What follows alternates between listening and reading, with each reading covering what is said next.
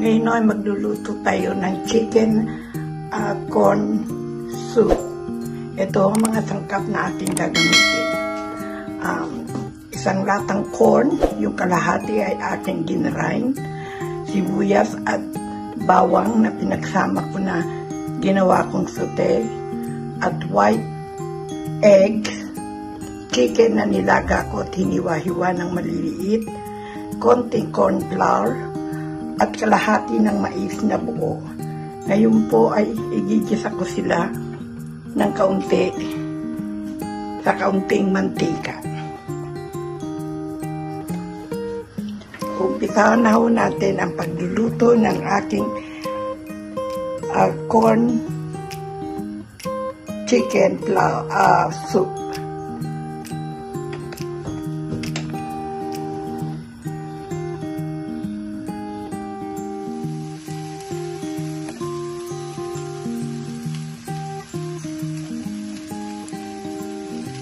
Ayan o, ang ating ipinigita na bawang, sibuyas, at yung kalahating lata ng corn na ating pinino. Itinitigan na natin sa kaunting mantika na ating ginawa at pinainit.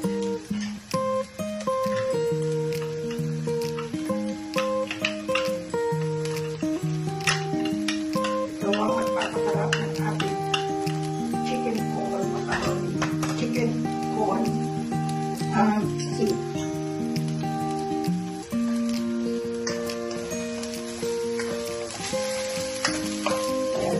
Ng ginisa-gisa.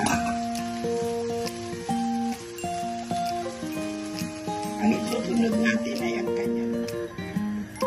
Nilagyan na natin ng chicken stock at aantayin natin kumulo yan bago natin ihahalo ang chicken na pinalambot natin at tiniwa-hiwa natin ng maliliit.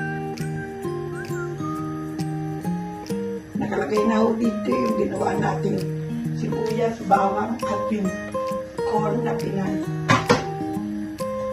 pinino lamang mo natin, giniray natin sa grinder. Antayin natin ng kumulo yan bago natin ilalagay ang chicken na ginawa natin, yung pinalambuto natin na hiniwa-hiwa natin ng maliliit.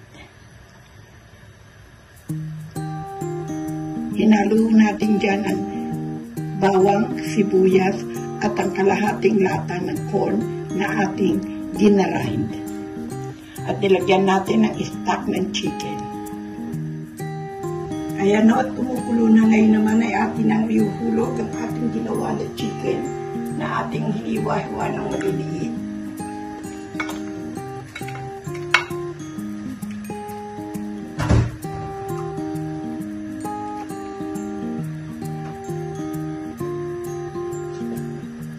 Timplahan naman natin yan ng patis.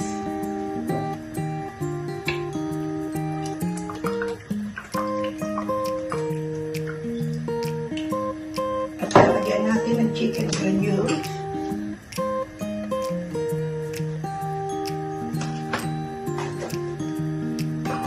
At ihahalo natin ang kalahating lata ng mais na ating pinilo yung kalahati. At siya natin pinagagawa. Pero ay tayo natin kumulo-kulo naman. Ngayon po ay haluan natin ang ating paminta.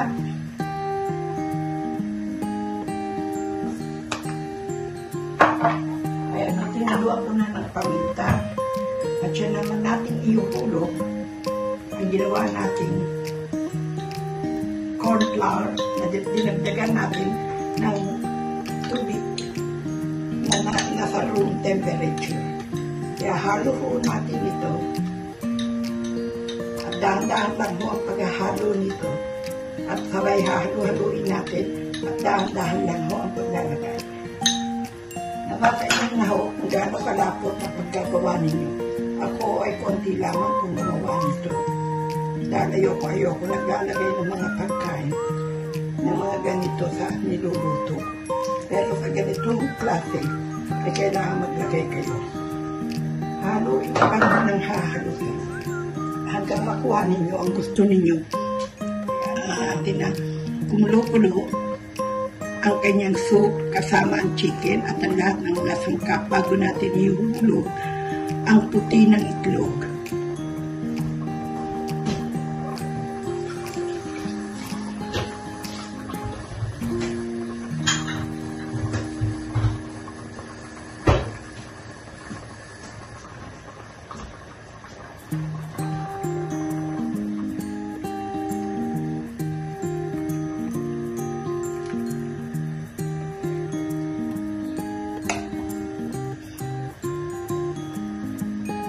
Kaya halo na natin ang puti ng soup na dahan-dahan.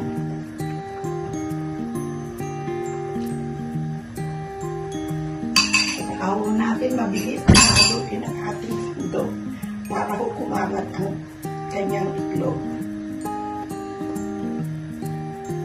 Yan o ay halos luto na.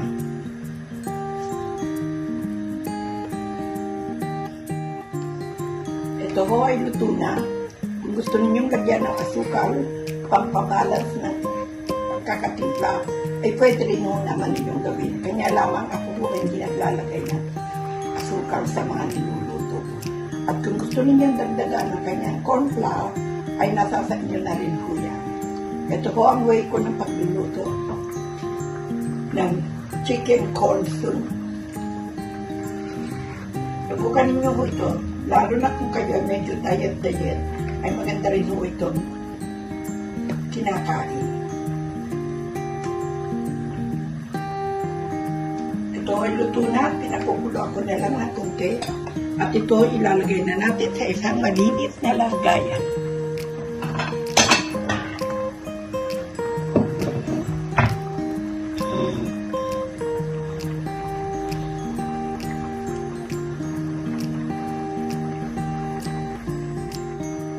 Ito ay luto na at atin ang isasalin sa isang malinis na lagayan.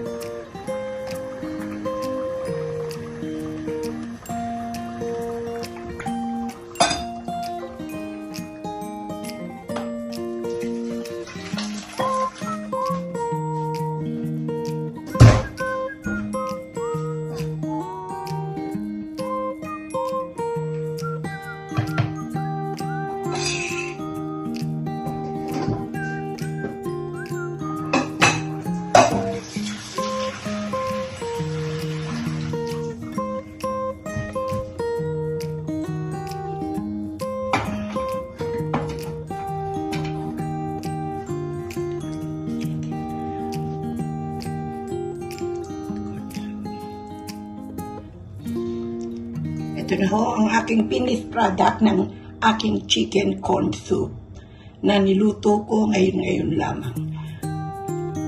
Pwede nyo itong gawin kung kayo ay nagda-diet o kung ayaw ninyo tumaas ang inyong mga timbang ay pwede nyo itong gawin. Kung gusto ninyong lagyan ng asukal para sa pagbalance sa kanyang lasa ay pwede naman ho. Yun nga lamang tulad ng sinabi ko, ako ay hindi naghahalo ng asukal sa aking mga niluluto. Ang corn flour naman ho ay pwede ninyong dagdagan. Depende sa inyong panlasa. Ito ho ang finished product ng aking chicken corn soup. Sana ho ay magustuhan ninyo aking pagluluto at maraming hong salamat sa pagtangkilik ng aking mga lutuin sa aking munting kusina. Marami pong salamat sa inyong lahat.